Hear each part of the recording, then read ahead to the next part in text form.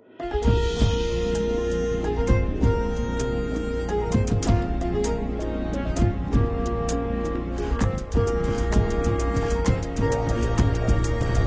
የፈታ ቤተሰቦች የከበረ ሰላምታችን በያላችሁበት ይድረሳችሁ። ዕለተ ዓርብ የረፋድ መረጃዎችን ነው ብለናል።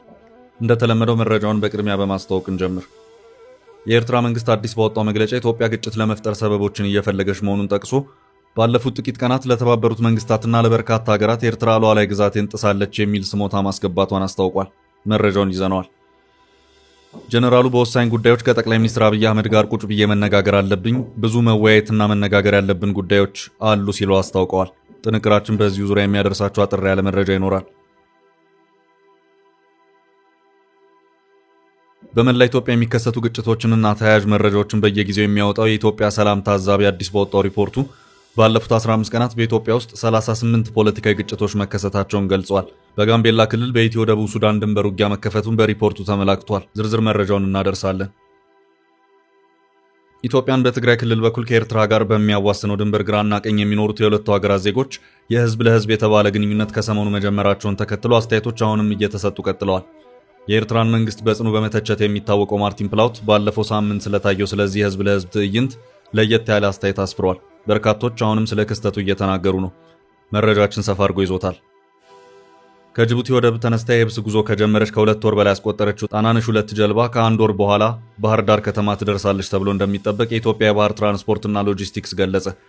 ጀልባዋን ለማሳለፍ በሚደረጉ ጥረቶች ምክንያትም በርካታ መሰረተ ልማቶች ላይ ጉዳት በመድረሱ ነዋሪዎች መብራትና ውሃን ጨምሮ ከተለያዩ አገልግሎቶች መስተጓጎላቸው ጥያቄ እያስነሳ ነው ሲል ሌላ አማራጭ እንዴት ይጠፋል በሚል ለቀረቡ ጥያቄ ባለስልጣኑ መልስ ሰጥቷል። መረጃውን ይዘነዋል። በኢራን ተኩስ ወቅት ኢትዮጵያውያን በእስራኤል የገጠማቸውን አሳዛኝ ድርጊት በተመለከተ ጀሩሳሌም ፖስት አንድ መረጃ አስነብቧል። እኛም በጥንቅራችን አካተነዋል። እስከ ፍጻሜው አብራችሁን ቆዩ። የምንለቃቸው ዕለታዊ ትኩስ ዜናዎች እንዲደርሷችሁ ላይክ፣ ሼር፣ ሰብስክራይብ ማድረግ እንዳትረሱ።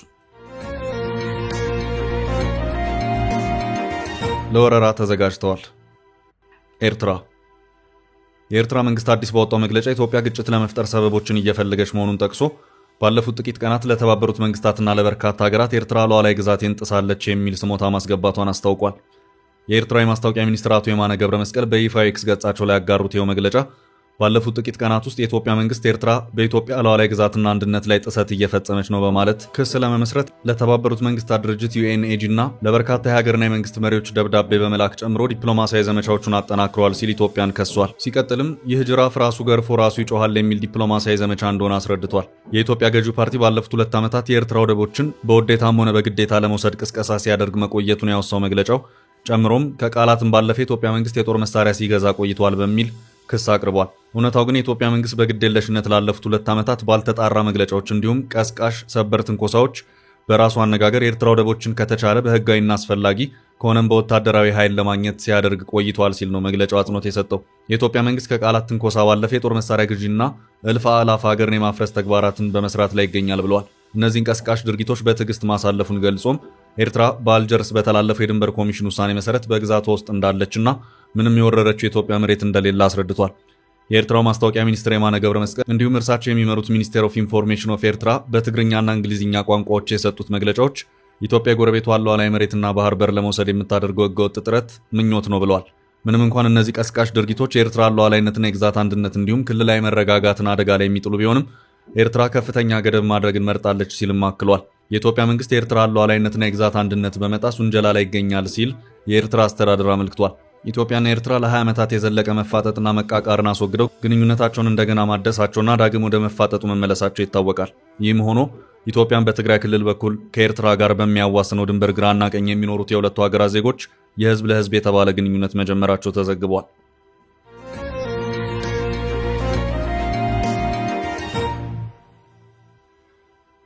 ከጠቅላዩ ጋር መወያየት አለብኝ ጀነራሉ ወሳኝ በሆኑ ጉዳዮች ከጠቅላዩ ጋር መወያየት አለብኝ ሲሉ ጀነራሉ አስታውቀዋል። ይህንን ያስታወቁት የትግራይ ጊዜያዊ አስተዳደር ፕሬዝዳንት ሌተናል ጀነራል ታደሰ ወረደ ናቸው። ታደሰ ወረደ ከጠቅላይ ሚኒስትር አብይ አህመድ ጋር መወያየት አለብኝ ያሏቸውን ነጥቦች ዘርዝረው ይፋ አድርገዋል። በዚህም በግጭት ማቆም ስምምነቱ አተገባበር መዘግየት ላይ ትኩረታቸውን ባደረጉ ነጥቦች ላይ ያደረገ ውይይት እንደሚሆንም ነው የተመላከተው። በዚሁ የግጭት ማቆም ስምምነት ውስጥም የተፈለገው ውይይት በተለይ ደግሞ ተፈናቃዮችን ወደ ቀያቸው እንዲመለሱ ማድረግ፣ የትግራይን ግዛቶች ወደ ነበሩበት በመመለስና የቀድሞ ተዋጊዎችን ትጥቅ አስፈትቶ ወደ ማህበረሰቡ በመቀላቀል ዙሪያ ላይ ያተኩራልም የተባለው የመረጃው ምንጭ ጊዜያዊ አስተዳደሩ ሲሆን ጀነራል ታደሰ ይህን የተናገሩት በኢትዮጵያ ከተባበሩት መንግስታት ልማት ፕሮግራም ልዑካን ቡድን ጋር በትላንትናው ዕለት መቀሌ ውስጥ በተወያዩበት ወቅት መሆኑን መረጃዎቹ አመልክተዋል። ጀነራል ታደሰ ትጥቅ ፈቶ ወደ ማህበረሰቡ የሚቀላቀሉ የትግራይ ቀድሞ ተዋጊዎች በቂ የገንዘብ ድጋፍ አላገኙም በማለትም በውይይቱ ላይ ማብራሪያ የሰጡ መሆኑ ታውቋል።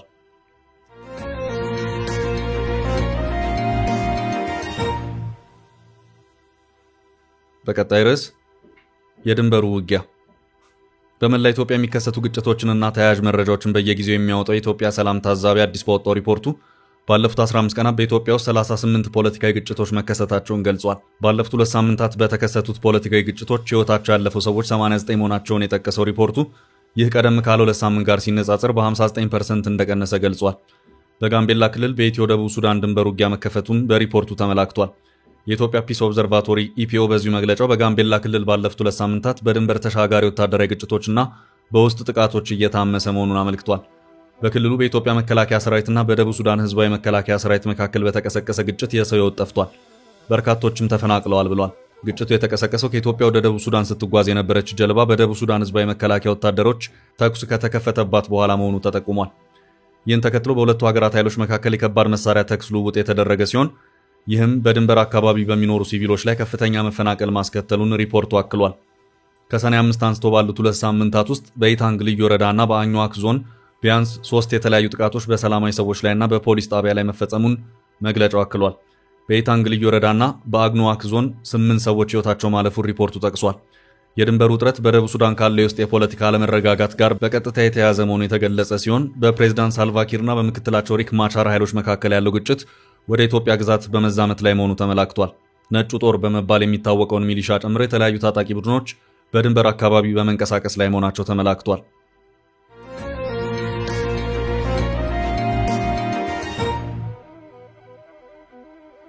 በቀጣይ ርዕስ የኤርትራው ተቃዋሚ ትዝብት ምን እየተፈጸመ እንዳለ የማያውቅ አለ። ኢትዮጵያና ኤርትራ ለ20 ዓመታት የዘለቀ መፋጠጥና መቃቃርን አስወግደው ግንኙነታቸውን ለማደስ እንደገናም ወደ መፋጠጡ ለመመለስ ብዙም አልፈጀባቸውም። ሁለቱ ሀገራት ትግራይ፣ አማራና አፋር ክልልን ባዳረሰው የሰሜኑ ጦርነት ወቅት ህወሓትን ለመውጋት በሚል በተለይ ትግራይ ክልል ውስጥ ለደረሱ የሰብአዊ መብት ጥሰቶችና በደሎች በተጠያቂነት ስማቸው በተደጋጋሚ ይነሳል። እንዲያም ሆኖ ኢትዮጵያን በትግራይ ክልል በኩል ከኤርትራ ጋር የሚያዋስነው ድንበር ግራና ቀኝ የሚኖሩት የሁለቱ ሀገራት ዜጎች የህዝብ ለህዝብ የተባለ ግንኙነት ከሰሞኑ መጀመራቸውን ተከትሎ አስተያየቶች አሁንም እየተሰጡ ቀጥለዋል። የኤርትራን መንግስት በጽኑ በመተቸት የሚታወቀው ማርቲን ፕላውት ባለፈው ሳምንት ስለታየው ስለዚህ የህዝብ ለህዝብ ትዕይንት ለየት ያለ አስተያየት አስፍሯል። የታዋቂውን አሜሪካዊ ድምፃዊና ግጥም ጸሐፊ ቦብ ዲላን ስራ ለጉዳዩ ማጣቀሻነት ተጠቅሞበታል። የሆነ ነገር እየሆነ ነው ግን ምን እንደሆነ አታውቅም የሚለውን ዘፈን ያነሳው የኤርትራ መንግስት ተቺ ይሄ የህዝብ ለህዝብ ግንኙነት አስመራና መቀሌ እየተጠቃቀሱበት ነው ብሏል። አሁን ላይ የሆነ ነገር በኢትዮ ኤርትራ ድንበር እየሆነ ነው ግን ምን እንደሆነ አናውቅም ነው ያለው። እንደ ቢቢሲ ዘገባ ባለፈው ሳምንት ለዓመታት የተዘጋው የመረብ ድልድይ ክፍት ሆኖ በሁለቱም በኩል ያሉ ማህበረሰቦች ተገናኝተዋል። ማርቲን ግን ከዚህ የዘለለ ነገር ነበር ብሏል። ማን ነው ድንበሩን ያቋረጠው ሲል የጠየቀው ተቺው ድንበሩን እንዲሻገሩ የተፈቀደላቸው የተመረጡና ቁጥጥር የሚደረግባቸው ሰዎች ብቻ ናቸው ሲል ገልጿል። ማርቲን አብዛኞቹ የህወሓትና የኤርትራ ገዢ ፓርቲ አባላት ስለመሆናቸው መረጃ አለኝ ሲል ተሰምቷል። መደበኛ የድንበር ግንኙነት አለመቀጠሉን ጠቅሶ ንግድና ልውውጡ ከፍተኛ ቁጥጥር የሚደረግበት ነው ብሏል። የትግራይ ወርቅ ግን የጊዜያዊ አስተዳደሩ እንዳመነው አሁንም ወደ ኤርትራ መስረጉን ቀጥሏል ብሏል። የመረብ ድልድይ መከፈትን ተከትሎ ለኤርትራ መንግስት የቀረበው የዜና ምንጮች ያሰራጩትን ዘገባ በመጥቀስ ተቺው እየሆነ ያለውን አታውቁም ሲል ነው የጻፈው። ሆርን ኢንተለጀንስ አፌርስ የሚሰኝ ለአስመራ መንግስት የሚቀርብ የዜና ምንጭ ከህዝብ ለህዝብ ግንኙነቱ በኋላ ስለ ምዕራብ ትግራይ ማውራት ጀምረዋል ብሏል። የዜና ምንጩ አወዛጋቢውን ስፍራ ምዕራብ ትግራይ ነው፣ የትግራይ ግዛት ነው ሲል መጻፉን ማርቲን አመልክቷል። በሁለት ዓመታቱ ጦርነት ህወሓትን በሱዳን መውጫ ለመንፈግ ኤርትራም ተሳትፋበታለች ባለው የጦርነቱ ዘመን በሺዎች ተሰውተው ሲያበቁ አሁን ምዕራብ ትግራይ የሚል አቋም በኤርትራ መያዙን አንስቶ የሆነ ነገር እየሆነ ነው ግን የሚሆነውን አታውቁም ሲል ገልጿል። ደብረጽዮን ጭምር በአንደበቱ የህዝብ ለህዝብ ግንኙነት ይጠናከራል ማለቱን ያስታወሰው ማርቲን ምን ይታወቃል ቀጥሎ ትግራይ በምጽዋና አሰብ መውጫ ተሰጣት ይባል ይሆናል ብሏል። የቀይ ባህር መውጫን ጉዳይ አጀንዳቸው ላደረጉት ጠቅላይ ሚኒስትር አብይ አህመድ ይሄ ምን ማለት እንደሆነ አስቡት ሲል ነው ያሳሰበው። የሆነ ነገር እየሆነ ነው እየሆነ ያለውን ግን አታውቁም ሲል ማርቲን ደምድሟል። በጉዳዩ ሌሎች ሰዎችን በርከታ ያለ አስተያየት ሲሰጡ ተሰምተዋል። ዶቼ ቬለ በሰራው ዘገባ የሰዎችን አስተያየት አውጥቷል። መቀጠል አለበት፣ ደስ ይላል፣ ለሰላም ሁሉም መስራት አለበት ከሚሉ ጀምረው ጉዳዩ ቃቃ ጨዋታ፣ መቼም ህዝብ ተጣልተው አያውቅም፣ ፖለቲካ፣ ስልጣን፣ ጥቅም ሁሌም ችግር ይፈጥራሉ ያሉ መኖራቸውን በዘገባው አስፍሯል። አንዳንዶች ድሮም አውቀው ነው ሻዕቢያና ህወሓት መቼ የተለያዩና ሲሉ ትዝብት ያሰፈሩ ሲኖሩ የባህር በርና የአሰብ የባለቤትነት ጥያቄ ጉዳይ ይበልጥ ያጦዘው የኢትዮጵያና የኤርትራ መሪዎች ግንኙነት መሻከሩ በግልጽ በሚነገርበት በአሁኑ ወቅት ነው የህዝብ ለህዝብ የተባለው ግንኙነት መደረጉ መሰማቱ ነገር አለው ያሉ አልጠፉም። ዛላምበሳ ውስጥ የሰላም የተባለ መርሃ ግብር የተካሄደው ባሳለፍነው እሁድ ነበር። በተመሳሳይ ከዛላምበሳው ግንኙነት አንድ ሳምንት ቀደም ብሎም ሰኔ 8 ቀን በትግራይ ክልል ራማ በኩል በኤርትራ አዋሳኝ አካባቢዎች የሚገኙ ነዋሪዎች ሰላማዊ ግንኙነትን የሚያስጀምር የተባለ መርሃ ግብር መደረጉ ይታወሳል። ዶቼ ቬለ በዘገባው ያናገራቸው አንድ አስተያየት ሰጪ ለፖለቲካ ድራማ የተከፈተ ነው፣ ነገ መዘጋቱ አይቀርም። የ2018 እርቅ ጦርነት ነው ይዞ የመጣው፣ ይህም ከዛ የተለየ አይሆንም ማለታቸውን አስነብቧል። ሌላው አስተያየት ሰጪ ወያኔና ሻዕቢያ ተስማምተው ማለት ነው ሲሉ የጠየቁ ሲሆን ህዝቡን ነጻ ቢተቡት ህዝብን እንደ ካርታ መጫወቻ ማድረግ ቢበቃ ሁለቱም ድርጅቶች ይፈራሉ እንጂ በህዝብ አይወደዱም፣ ሐቁ ይህ ነው ማለታቸውን ዘግቧል። ሌላኛው አስተያየት ሰጪ ብልጽግና ግን ያውቀዋል ሲሉ መጠየቃቸውን ከኢትዮጵያ እውቅና ውጭ የሆነ ግንኙነት ነው ማለታቸውን ዘገባው አስነብቧል።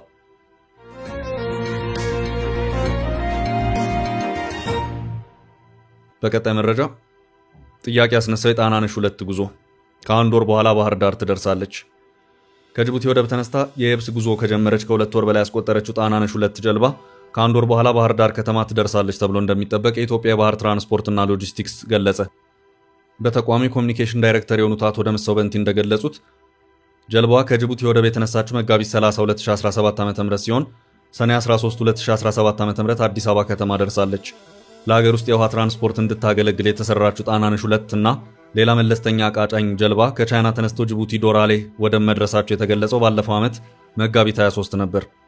ከወራት በኋላ አዲስ አበባ ከተማ የደረሰችው ጣናነሽ 2 ከ500 በላይ ኪሎ ሜትሮችን አቆራርጣ ጣና ሐይቅ በሚገኝበት ባህር ዳር ከተማ ለመድረስ አንድ ወር ገደማ ይወስድባታል ተብሎም ይጠበቃል። ይህም መንገድ ላይ በሚያጋጥሙ ሁኔታዎች የሚወሰን ይሆናል።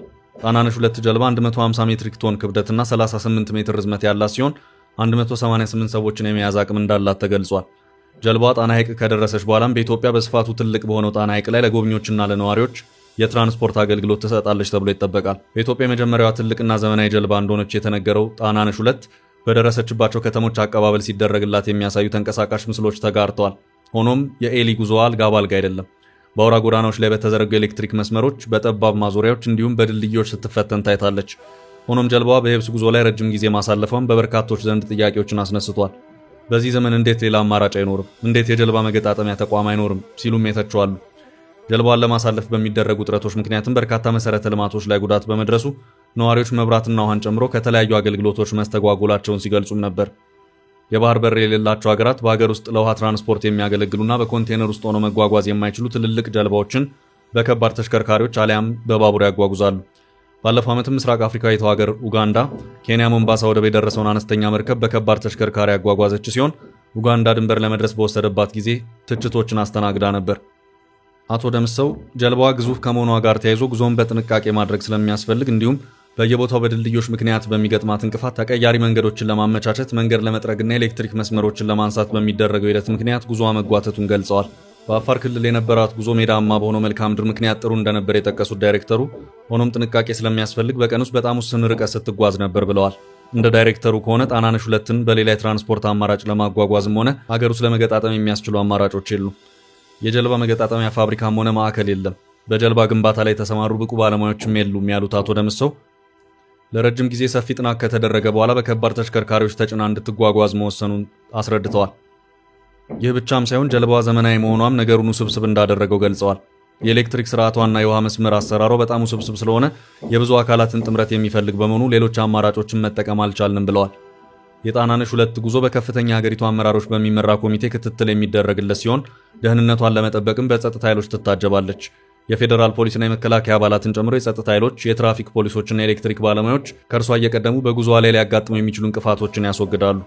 በተለየ ሁኔታ የተለየ አደጋ ያጋጥማታል ብለን አናስብም። ለሀገራችን የመጀመሪያ የሆነች ዘመናዊ ጀልባ ናት። የትኛውም ዜጋ እንደሚጓጓው ሁሉ የሥራ ኃላፊዎችን በብርታት እየሰሩ ነው ብለዋል ዳይሬክተሩ። አቶ ደምሰው ጣናነሽ 2 ስንት እንደወጣባት ከመግለጽ ቢቆጠቡም ግዢን ጨምሮ ለማጓጓዣና ሌሎች ወጪዎች ከፍተኛ መጠን ያለው ገንዘብ እንደሚወጣ ይታመናል። ከጅቡቲ ወደብ ተነስታ ባህር ዳር እስከምትደርስ ድረስም የጉዞ ደህንነት ዋስትናዋ ጉዳይም ከአጓጓዥ ድርጅቱ ጋር በተገባው ውል ውስጥ መካተቱን ዳይሬክተሩ ጠቁመዋል።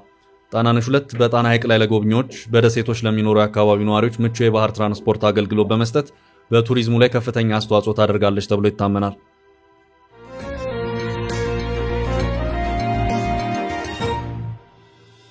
በመጨረሻም በኢራን ተኩስ ወቅት ኢትዮጵያውያን በእስራኤል የገጠማቸው ሰሞኑን ለ12 ቀናት ከተካሄደው የኢራን እስራኤል ጦርነት ጋር በተያያዘ ከኢራን የሚሳኤል ጥቃት ለማምለጥ ወደ ተሰሩት መጠለያዎች ሰዎች ሲገቡ በኢትዮጵያውያን ላይ ክልከላዎችና ያልተገቡ ተግባራት እንደነበሩ ጄሩሳሌም ፖስት አስነብቧል። በእስራኤል ዜጎች ሊደርስ ከሚችል ማናቸውም ጥቃት ራሳቸውን እንዲከላከሉ በሚል በከተሞች በየአካባቢው ከምድር በታች የተሰሩ መጠለያዎች ያሉ ሲሆን ከሰሞኑን በነበሩት የኢራን ተከታታይ ጥቃቶች በሚሰጧቸው ትዕዛዞች አማካይነት በርካታ ሰዎች ወደ መጠለያዎቹ ሲገቡም ነበር።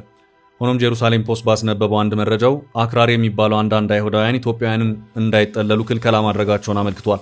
በተለይ ደግሞ ሴቶች ላይ መድሎ መፈጸሙን አክሏል። ኢትዮጵያውያኑ ወደ መጠለያዎቹ እንዳይገቡ በር ከመዝጋት ጀምሮ አግባብነት የሌላቸው ተግባራትን የፈጸሙ አክራሪ የሚባሉ አይሁዳውያን መታየታቸውን ዘገባው አክሏል። በጉዳዩ ላይ ፖሊስ እስከ መግባት የደረሰባቸው ሁኔታዎች የነበሩ መሆኑንም ዘገባው አክሎ አመልክቷል። የዘረኝነት ተግባር መጠለያ መግባት የለባችሁም ከሚለው ጀምሮ መጠለያ ውስጥ ከገቡም በኋላ የታየ ያልተገባ ተግባርም ነው ተብሏል። ቻችን ለዛሬ ያዝንላችሁ ርዕሰ ጉዳዮች እዚህ ላይ ቋጨን። ላይክ፣ ሼር እና ኮሜንት በማድረግ ለቻናላችን ድጋፋችሁን መግለጽ እንዳትዘነጉ እያልን ከሌሎች መረጃዎች ጋር ደግመን እስክንገናኝ ቸር ያሰማን ስንል ተሰናበትን።